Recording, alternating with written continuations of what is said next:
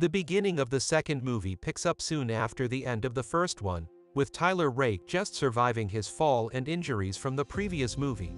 He has made a full recovery and is now being treated in a hospital in Dubai, where his lover Nick is staying with him till he comes to. She informs him that he must have survived for a purpose, and that it is up to him to figure out what that reason is. Crime boss Sora Brady finds out that his younger brother David is going to have extra 10 years added onto the current sentence he is serving. Zorab goes to the jail to meet with the government official who decided to prolong David's sentence. Once there, Zorab murders the official by stabbing him in the neck with a pitchfork, but not before his men, the Nagazi, kill the guards and get dabbed out. Nick and her brother Yes take Tyler to a chalet in Austria, which is where he expects to spend his retirement, and while Tyler is there, Nick and her brother Yes spend their time doing their own things. In addition to this, he is still in deep grieving over the loss of his kid and the dissolution of his marriage. The family of David, Kedavin, their children Sandro and Nina, and David all get back together. Kedavin is opposed to the idea, but David has it in his head to raise Sandro as a ninja despite the fact that Sandro looks up to his father.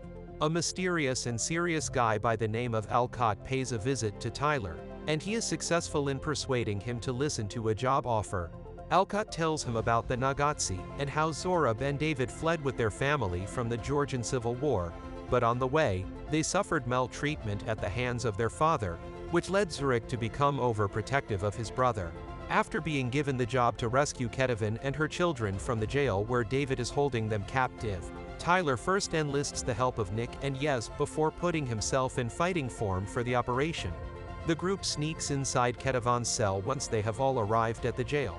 While Tyler is able to get Sarah and the kids out of the cell without rousing the guards, David's loyal captives become aware of their whereabouts and compel Tyler to move more quickly. He is successful in driving off some of the other inmates, but he eventually comes face to face with David, who challenges him to a fight. After a short struggle, Tyler stabs David in the neck. As they make their way out of the jail, Tyler is forced to engage in combat with other prisoners and guards who are participating in a violent riot. The family is led to Nick and Yaz's van by Tyler, but Zorab swiftly hears of his brother's murder and sent his men to pursue the family. Following a drawn-out automobile pursuit in which Nina sustains injuries, everyone flees aboard a train, which is then chased by a helicopter carrying more members of Zorb's henchmen. Tyler eliminates other thugs and prepares his family for the imminent derailment and collision of the train. Zorab is able to identify the corpse of his brother, and then begins to assemble his warriors for revenge. The heroes in Sandro's family are doing well, but Sandro is upset to find that Tyler is responsible for the death of his father.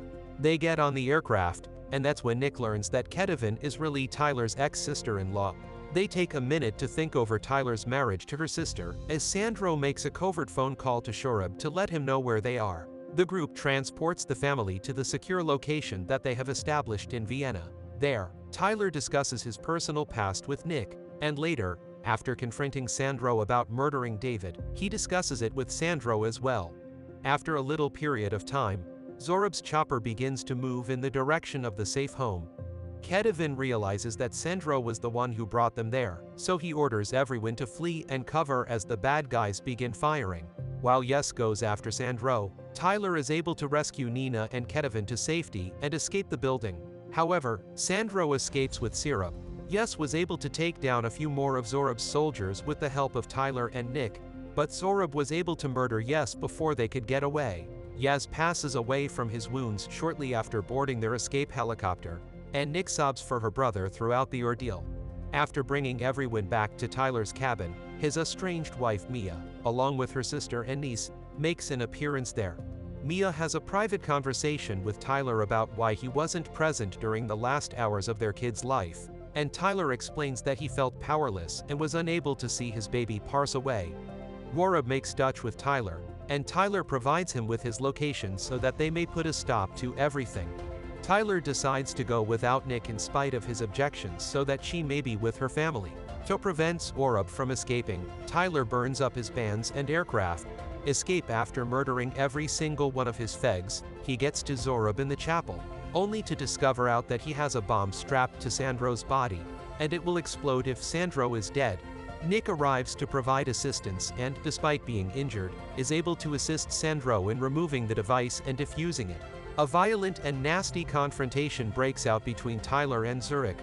Thorup insists that he will never stop attempting to murder Tyler, despite the fact that he has already taken a number of stab wounds, which prompts Tyler to shoot a bullet in Zurup's skull.